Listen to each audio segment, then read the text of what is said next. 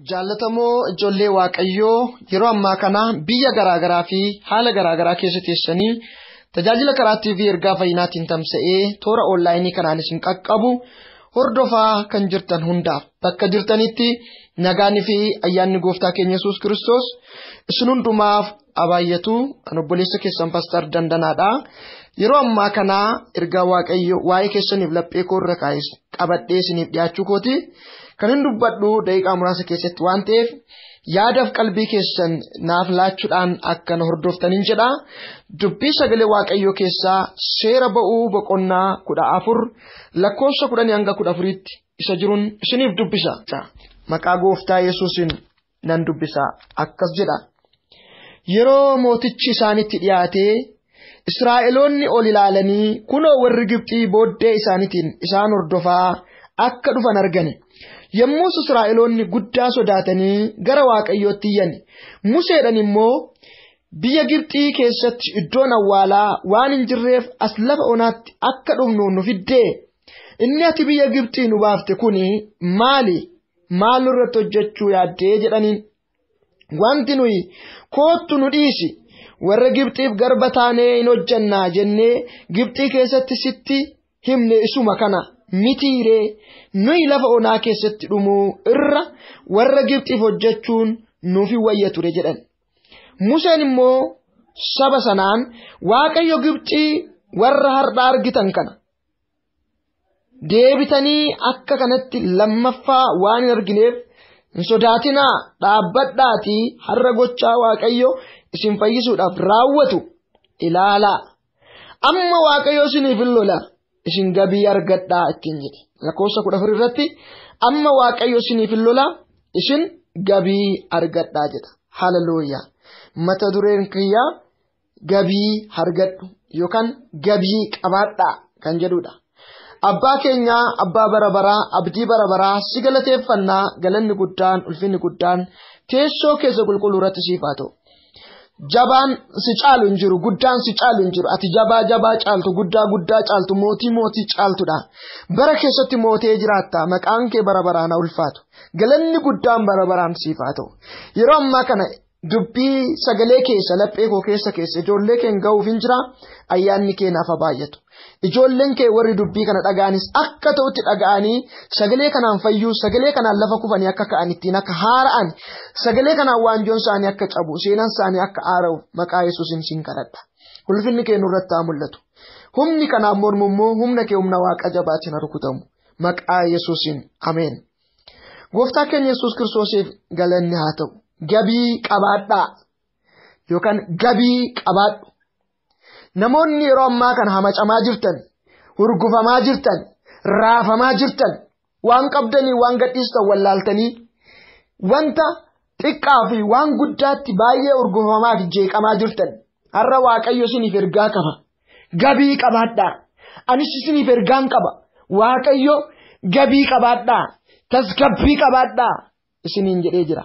Maqaan Waaqayyoo ulfaatu. Kutaa kana hubachuudhaaf gara seera ba'uu boqonnaa tokko kaasnee dubbisuutu nutti jiraata. Amma kana dubbisee fixuu waan hin dandeenyeef gabaabsitaniin qabxii ijoo isaa isinitti agarsiisa. Sabni kun saba Waaqayyooti, qomoo Waaqayyooti, qomoo Waaqayyoon filatamee adda baafamedha. Waaqayyo yaada akeeka guddaa saba kanarraa qaba. Haa ta'u malee sabni Waaqayyoo kun qomoon filatamaa kun biyya Misir carraan seenaa isaan ga'ee biyya Misir bu'aniiru sababa Yoosefin qabatanii biyya Misirin bu'anii biyya Misiritti wal horanii baay'atanii saba bal'aa ta'anii erga Yoosef namni guddaan warra Misiriif warra Gibxitiif seenaa guddaa hojjetee bara hongee bara beelaa bara rakkinaatti abjuu Waaqayyo isatti agarsiiseen beela jalaa erga isaan baase ogummaa Waaqayyo isaaf kenneenis isaan gaggeessee seenaa guddaa hojii guddaa isaaniif hojjetee booddee garuu hin boqate. Erga Yoosef du'ee mootii Yoosefin hin beekne immoo ka'ee saba Israa'el qomoo Yaaqoobiin, qomoo Israa'eliin, qomoo Yoosefin baay'ee dararaa guddaa irraan ga'aa turanii, hojii humnaan olii hojjechiisaa turanii, ba'aa gurguddaa baachisaa turanii, xuubii baachisaa turanii, dhoqqee dhiichisaa turanii, baay'ee rakkisaa turan isumaayyuu gatii dadhabbii isaanii qixaan kafalaa fi hin turre isumaayyuu baay'atanii guddatanii akka waliin horre yoo baay'atan yoo guddatan boruu nu dhaalu jedhanii ilmoo dhiiraa kan dhalate hundumaa ajjeechisaa turan sababa kanarraan dhiibbaa hamaa kanarraan sabni kun gara waaqayyootti yeroo garaa garaattiin iyyuu hin boo'u waaqayyo akka isaan furuuf baay'ee hin boo'in iyyuu turan waaqayyos iyya isaanii dhaga'ee Musee isaaniif kaasee Musee gara isaanitti erge yeroo waaqayyo Musee ergu Museen illee qaama dadhabina isaa lakkaa'ee sodaataa ture waaqayyo garuu ani si wajjin hin ta'a jedhe dhaqee saba kanatti muudhaaf sabni kun nan fudhatu sabni kun nan amanu maalan jedha jennaan ani si wajjin hin ta'a jedheera waaqayyo waaqni inni ture inni jiru waaqni bara baraa si wajjin hin ta'a jedheera jedheeti ittiin jennaan innis dubbii waaqayyootti amanee sagalee waaqayyootti amanee waaqayyotu na wajjin hin jira jedhee saba kana fuudhee gara biyya dammaafaan nayyaasu gara biyya eebba isaan galchuudhaaf yeroo inni gara isaanii dhaqeetti dubbatu yeroo isaan amanuu hin dandeenye garbummaa isaanii simataniiru lakki yaa Musee nu nyaachiftaa lakki yaa Musee nu karaatti nu fixxaa asuma nu wayyaa garba taanee dhiitamnee buluun weeran kaleessa garbummaa nuuf fina jedhanii boo'aa turan garuu lakki baanee dhumurra jedhanii Museetti dubbatan Museenis lakki waaqayyo biyya dammaafaan nayyaasu Kana'aanin isin galcha abbaa biyyaan isin godha hin boqattu haaran galfattu dhiitamuun keessan inni kun isiniif hin ta'u haaran isin galfachiisa jedheera jedhee irra deddeebi'ettime fuudhee ba'uudhaaf yommuu ka'u Fariyoon immoo humna isaanii nyaateera dafqa isaanii nyaateera waan ta'eef isaan dhabuu hin barbaanne isaan gadhiisuu hin barbaanne waaqayyo mataa Fariyoon hin jabeessee dha'ichatti fidaa ture dha'icha tokkoffaa lammaffaa hanga dha'icha kurnaffaatti waaqayyo harka isaa irratti diriirsaa ture booda dha'icha kurnaffaa irratti rukutamuu hangafootatiin abdii kutatee gadhiiseera abdii kutatee gadhiisu iyyuu malee erga sabni kun ba'anii deemsa jalqabanii yaadatu gara sammuu isaaniitti dhufe amma saba kana gadhiifnee akkamitti jiraanna isaan humna keenya isaan madda galii keenya isaan deemaniiru taanaan namni nuuf hojjetu hin jiru wanti barbaade waanuma barbaade haa ta'u waaqayyo nu haa fixu malee hin gadhiifnu jedhanii yeroo wal ijaaranii fardeen isaanii konkolaataa fardeen isaanii meeshaa isaanii hidhatanii saba kana hordofan immoo argina ilaalaa sabni kun maal dhaga'ee ba'e sagalee dhaga'ee ba'e dubbii dhaga'ee ba'e waaqayyo akkuma jedhe immoo isaan gaggeessaa ture asirratti waan tokko hubadhaa waaqayyos karaatti waan isaan mudatu tokko lama sadii jedhee ittiin himne biyya ittiin isaan ga'uudhaaf barbaade lafa ittiin isaan ga'uudhaaf barbaade ittiin malee kakuu dhaga'an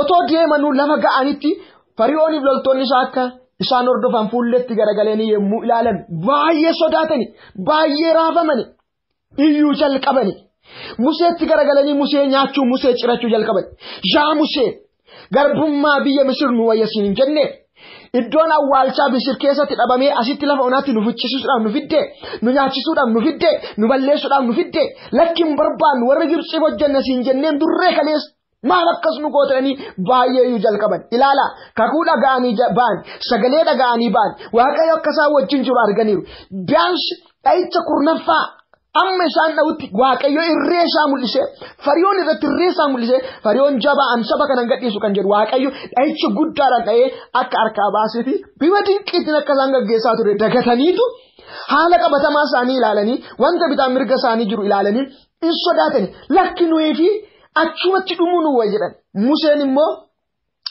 dhaabadhaa sodaatinaa warra Gibxii warra argitan kana bara baraan deebitanii in argitanii har'a hojii waaqayyo isiniif hojjetu dinqii waaqayyo isiniif godhu dhaabadhaatii ilaala hin sodaatinaa har'a waaqayyo isiniif hin lola hin amacaminaa hin urgufaminaa jedheetti dubbata ilaa Musee fi warra Israa'el jidduu garaagarummaa guddaatu jira Museen optimistikiidha ijji Musee fageessee ilaalu irree waaqayyoo ilaalu jabina waaqayyoo ilaalu haala isaarra lola isaarratti ka'ee waan bitaan mirgaan jiru bubbee ka'ee ilaalurra jabina waaqayyoo irree waaqayyoo humna waaqayyoo ilaaluudhaan isatti abdatee deemu ture Musee keessa optimistikiidha jarri kun immoo pessimist warra abdii kutan warra amilee obbuusan miira pessimism isa jedhamu sanaan kan liqimfaman hollannaa sodaadhaan kan urgufan jabina irree waaqayyoo ilaalurra haala isaanii ilaaluun warra liqimfaman turan kanaaf hamacamuu keessa galan kanaaf raafamuu keessa galan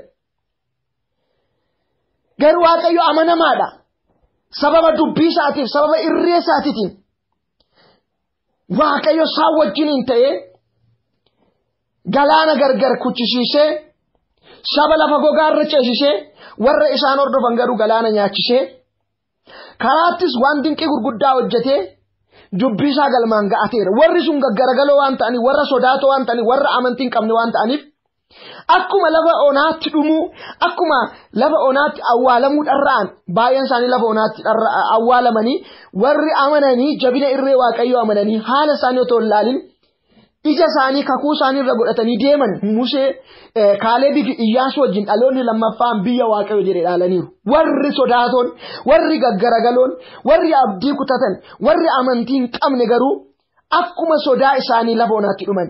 Maaliif lafa onaatti dhuman? Waaqayyo lafa onaatti isaan fixuudhaaf barbaadeeti. Lakki ijji Waaqayyo isaanii arge lafti Waaqayyo isaaniif arge lafa gaarii lafa caalu ture. Garuu sababa amantii dhabuu isaaniif sababa sodaa isaaniiti.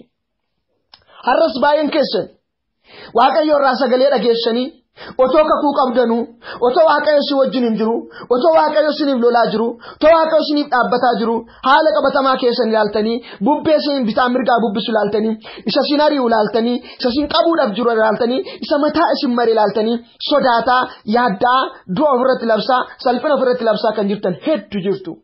Waaqayyo isiniin hin urgufaminaa isiniin jedha. Hin urgufaminaa hin raafaminaa. Waaqayyo isiniif lola Waaqayyo isiniif dubbata ani isiniifan lola ani isiniifan dubbadha ani isiniifan hojjedha amantii keessan cimsaatii dhaabbadhaa isiniin jedha. Galanni guddaa Waaqayyoof. Ilaalaa garaagarummaa Museef saba Israa'el jidduu jiran. Museen hin danda'ama Waaqayyoon wajjin hin jira dhuguma warri suni bara baraan warra Gibxii hin argine. Maaliif warri Gibxii suni galaana nyaataman lammaffaa irratti isaanis sababa amantii dhabuu isaaniitiin lafa onaatti waan du'aniif. Kanammoo isaanumatu dursee ofirratti raaji. Har'a baay'een keenya raajii hin taane ofirratti raajina. Wanti nuti ofirratti dubbanne humna nu dhaaluu qaba. Hammi nuti mo'amnu hammi nuti miidhamnu hamma ofirratti dubbanneedha jechuudha. Dubbiin keenya nu jiraachisaa dubbiin keenya nu ajjeesas nu balleessas. Arrabni namoota baay'ee gadda kufaatii salphina gadadummaa dubbachuu bareera waan ta'eef waan gaarii dubbachuu namaafis waan gaarii ofiifis waan gaarii dubbachuu anaafoo dhume anoo baduu kooti anoo jiraachuu hin danda'u dhukkubni xiqqoon dhufnaani kishaarummaan xiqqoon dhufnaani lolamuun xiqqoon dhufnaan ari'atamuun xiqqoon dhufnaan waa'ee du'aa waa'ee salphinaa qofa ofirratti haasa'u malee Waaqayyo na wajjin hin jira nan dhaala har'a jechuun boru jechuu miti seenaan koo hin haaraa Waaqayyo guyyaa haaraa naa fida bara haaraa naa fida jedhanii sagalee abdii sagalee jireenyaa ofirratti dubbachuu hin danda'an baay'een isaanii. Ilaa saba ta'anii sodaatani. Museen nama tokkittii ta'eetu garuu akkas jedhe Waaqayyootti abdatee warra Gibxii har'a argitan bara baraan hin argitani Waaqayyo isiniif hin lola jedha afaan guutee. Dhuguma akkuma Waaqayyo amanatee Museen dubbate Waaqayyo saba sana biraa hambise. Waa sadiin isin qabachiisa. Jireenya amantootaa keessatti adeemsa jiruu keessatti adeemsa jireenyaa keessatti wanti sadii jira 3P jedhameetu beekama Ingiliffaan 3P. Tokkoffaan promisidha, lammaffaan processidha, sadaffaan perceive isa jedhamudha jechuudha. Adeemsa jiruu jireenyaa keessatti kunneen kun sadan wal qabatanii kan deemanidha. Promise, process, perceive. Namoonni baay'een P lama fudhatu, P ishii tokkoon fudhatan. Promise isa jedhu hin barbaadu, perceive isa jedhu sana hin barbaadu. Promisini waadaadha. Kakuudha. Processini adeemsa. Perceive immoo fudhachuudha. Harka keessa galfachuudha. Egaa namoonni baay'een yeroo baay'ee promise hin barbaadu. Waan gurratti tolu, waan barbaadudhaaf jiran, lafa baruu qaqqabuudhaaf jiran har'a dhaga'u hin barbaadu. Akka Waaqa isaanitti dubbatu, akka namni waan gaarii isaanitti dubbatu, waan hamilee honnee isaan kaasu dhaga'u hin barbaadu. Baay'een dheebotu yeroo dhaga'anis baay'ee utaanu. Akkasumas waan nagaan sana kakuu isaaniif galame sana arguu hin barbaadu, perceive gochuu hin barbaadu, fudhachuu hin barbaadu, iddoo isaaniif kakatame iddoo abdatan sana qaqqabuu hin barbaadu, garuu processii hin barbaadan.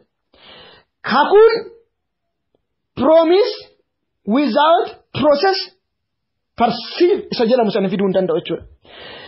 Promising processii keessa darbeet gara perceive gochuutti kan nama deemsisu jechuudha. Kakuun dhageessan gara raawwachuutti kan deemu processii qaba jechuudha. Gadi bu'uu jira, ol ba'uu jira, deemsa irratti, deemsa kakuu irratti, lafa kakuu irratti, karaa kakuu irratti, bubbeen nama irratti ka'u jira.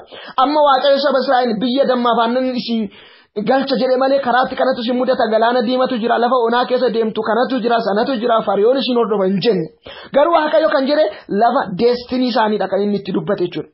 Har'as baay'een keenya kakuu Waaqayyo nuuf gala ganamaaf galgala Waaqayyo itti dubbata akkanan siif godhe dhala koo yeroo jedhu Waaqayyo dirqama lafa wal qixxaata irratti waan jedhe san akka nuuf raawwatu lafa Waaqayyo nuuf yaade san kakuu Waaqayyo nuuf kakate qaqqabuudhaaf bu'aa ba'ii hedduutu jira.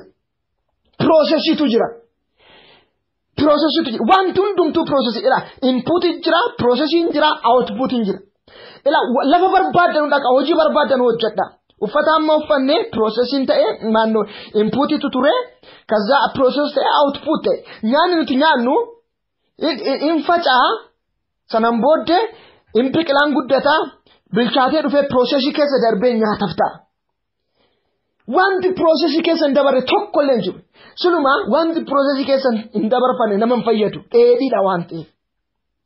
Namoonni baay'een kakuu dheedhii faayidaa dheedhii barbaadu jechuudha. Processiin dirqama. Processi jechuun amma iddoo siif yaadame geessutti amma persiif gootutti wanta ati keessa dabarfatte jechuudha. Karaa jajallaa ta'uu danda'a, lola ta'uu danda'a, jibbamuu ta'uu danda'a, harka dhabuu danda'a, qorra ho'a ta'uu danda'a, aduu ta'uu danda'a, daddarbatamuu danda'a. Processiin gosa garaagaraatu jira jechuudha. Kanaaf namoonni baay'een promise fi persiif barbaadu malee processiin barbaadan jechuudha. Adeemsan barbaadan garuu wanti adeemsa malee ta'u hin jiru. Amma baay'een keessa warra urgufamaa jirtan kakuu dhageessanii otoo qabdannu waa'ee keessanii Waaqayyo dubbate otoo jennu waa'ee boruu keessanii dhageessanii otoo jennu har'a urgufamaa har'a raafamaa kan jirtan koo aadaadhuma isaati adeemsuma isaati piroosesiidhaan inni amma sin urgufaa jiru jechuudha. Inni amma sin raasaa jiru inni amma sin sodaachisaa jiru inni amma sin dhiphisaa jiru kun piroosesiidha. Piroosesii kana keessatti nafamu keessan dabarfamu. Piroosesiin adeemsa gara milkaa'inaatti adeemsa gara dhaalutti adeemsa gara ulfinaatti nama deebisu malee iddoo xumuraa miti jechuudha. Kanaaf inni amma tirra jirtu kuni inni amma siraasaa si amacaa jiru kuni piroosesii gara ulfinaatti si geessudha. Piroosesii gara eebbatti si geessudha. Kanaaf dhaabadhu piroosesiin jibbini sadanuu jaalladhu siriippii jaalladhu piroomishiin akkuma jiru piroosesiin jira. Piroosesiin booddee immoo persiif goota waan barbaadden argatta. Haaleluyyaa jabaadhu dhaabadhu hin sodaatin warri Israa'el hin urgufamanii gaa. Hin sodaatan egaa ina macaan du'aawwani duunu wayyan waan dubbatantu isaan dhaale wanti sun dubbatan isin dhaala hin sodaatina ijoollee Waaqayyo wanna jilba nama buusu wanna jilba sin buusu ofirratti hin dubbatina Waaqayyo na wajjin hin jira jedha Waaqayyo galmaan nagaa jira Waaqayyo na jiraachisa jedha Waaqayyo na dhaalchisa jedha daangaan koo hin bal'ata jedha hina macamina Waaqayyo siniif lolaa dhaabbadha hin urgufamina dhaabadhaati fayyisuu Waaqayyo ilaala dhaabadhaati oolchuu Waaqayyo ilaala dhaabadhaati of kalchuu Waaqayyo ilaala dhaabadhaati gargaarsa Waaqayyo ilaala dhaabadhaati irree Waaqayyo humna Waaqayyo ilaala waanuma argitan hin urgufamina oduunumti arge fuudhee isiniin hin deemin mataanumti isin bowwaafateef du'a ofirratti hin labsina wanta akiishin keessan akkaawuntiin keessan hir'ateedhaaf hiyyummaa ofirratti hin labsina. Namumti waan hin taane isin irratti dubbatee isin tuffateedha fi annaman ta'u hin jedhina gaditti of hin ilaalina. Jabaan ilmi Waaqayyo akkasii wajjin jiru ilaala. Inni manaa isin baase akkasii hin qaane isin ilaala. Gadi buutanis ol baatanis argamus dhabamus lafa Waaqayyo isiniif yaade akka geessan ilaala. Harri keessan boruu keessan akka hin taane boruu keessan wanti guddaan akka jiru ilaala. Warri amananii kan akka Kaaleebii fi Iyyaasuun haalli ulfaata akka ta'e deemsi karichaa ulfaata akka ta'e namoonni karaarra jiran ulfaata akka ta'e biyyi sun biyya gaarii yoo ta'e illee biyyi kakatame sun namoonni biyya sanarra jiran baay'ee gurguddoo baay'ee rakkisoo baay'ee jajjaboo akka ta'an otuma argan Waaqayyoon nu dhaalchisa jedhan hinuma dhaalanis maaliif optimistic ta'an waan ta'eef abdii qabu waan ta'eef honnee qabu waan ta'eef honneen amantiin isaanii baay'ee ol ka'aadha waan ta'eef. Onnee amantii keessanii ajjeeftanii of hin ajjeesina. Onneen amantii keessanii haa ka'u. Jilbi keessanii haa ka'u. Hin urgufamina. Hin raafamina. Waaqayyo si wajjin hin jira. Piroosesii keessa jirtu. Hin ammasin keessa jirtanii. Hin ammasin dhiphisaa piroosesiidha. Piroosesiin immoo aadaadhuma. Waanuma jiruudha. Waanuma ta'uudha. Dirqama. Piroomiishiin jira. Piroosesiin jira. Persiif gochuun jira. Sana booddee garuu ulfinatu jira. Haaleluyyaa. Ergaa guddaa isiniin gaheera. Hina macaminaa dhaabadhaa. Hina macamin obboleettii koo. Waan dhageesseef, waan argiteen hina macamin dhaabadhu Waaqayyo mo'icha keeti. Haaleluyyaa. Yesus gooftadha. Hin nama si dhiphisu si biraa afaa. Si wajjin galman ga'u. Situ galma ga'a yoo amante. Yoo harka kennite garuu miidhamuu keeti. Jabaadhu dhaabadhu. Jabaa irratti jabaa, guddaa irratti guddaa kan taate. Yaa Waaqayyo abbaa keenya galanni guddaan siif haa ta'u. Ulfinni guddaan siif haa ta'u. Sagalee dinqisiisaa haala keessaa butee nama baasu kana qabattee gara keenya waan dhufteef galanni siif haa ta'u. Ijoolleen kee kunis sagalee kee kanatti qabamanii itti ijaaramanii akka jiraatan isaan gargaari.